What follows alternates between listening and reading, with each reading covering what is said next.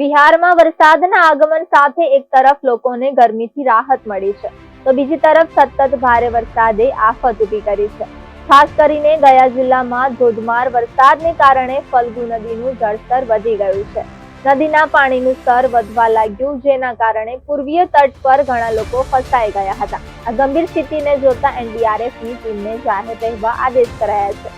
Boat દ્વારા ઘણા લોકોને સુરક્ષિત બહાર કાઢવામાં આવ્યા છે. ભારે વહેણને કારણે ફલ્ગુ નદીની બંને સહાયક નદીઓ મહાત્મા નદી અને લોકાયિક નદી બંને તોફાને ચડી છે. જળસ્તર રેડ ઝોનમાં આવી ગયું છે, જેનાથી આજુબાજુના વિસ્તારોમાં પૂરની સ્થિતિ સર્જાઈ છે. પટના જિલ્લા દનિયાવી પ્રખંડમાં 3 જગ્યાએ અને ફતુહા પ્રખંડમાં 2 જગ્યા પર પુલ તૂટી ગયા છે, જેને જોતા ઘણા ગામોમાં ખેતરોમાં પાણી ભરાઈ ગયા છે અને ખેતીને પણ ભારે નુકસાન થયું છે.